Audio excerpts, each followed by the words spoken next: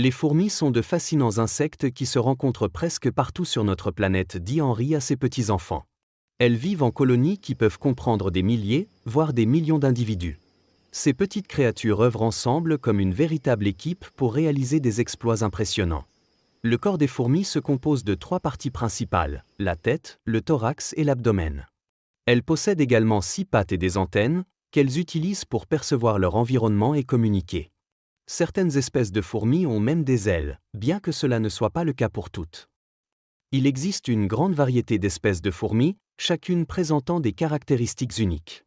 Par exemple, les fourmis coupeuses de feuilles ont pour habitude de découper des morceaux de feuilles qu'elles transportent jusqu'à leur nid. Elles ne consomment pas les feuilles, mais les utilisent pour cultiver un champignon qu'elles apprécient particulièrement. Les fourmis charpentières, quant à elles, construisent leur nid en creusant des tunnels dans le bois.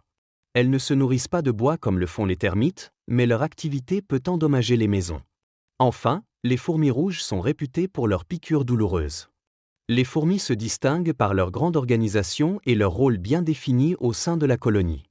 On y trouve la reine, responsable de la ponte des œufs, les ouvrières, qui accomplissent la majorité des tâches, et les mâles, dont le seul objectif est de s'accoupler avec la reine. Les ouvrières sont chargées de construire le nid, de chercher de la nourriture et de s'occuper des jeunes fourmis, appelées larves. Ces petites créatures ont la capacité de soulever des objets bien plus lourds qu'elles. Certaines espèces peuvent porter jusqu'à 50 fois leur propre poids. Imaginez pouvoir soulever une voiture. Et vous, mes loups, vous pouvez soulever combien de kilos? Les fourmis communiquent entre elles grâce aux phéromones, des substances chimiques qu'elles laissent derrière elles en se déplaçant. D'autres fourmis suivent ces traces de phéromones pour découvrir de la nourriture ou retourner à leur nid.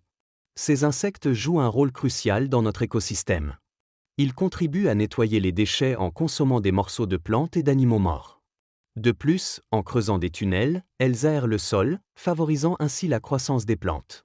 Les fourmis habitent notre planète depuis des millions d'années, bien avant l'apparition des dinosaures. Elles ont su traverser de nombreux bouleversements sur Terre et continuent de prospérer grâce à leur remarquable organisation et leur capacité à collaborer.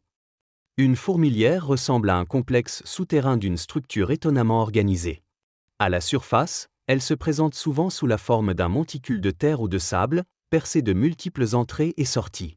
À l'intérieur, des galeries et des chambres s'entrelacent, servant de zones de stockage, d'incubation pour les œufs et de lieux de repos pour les fourmis.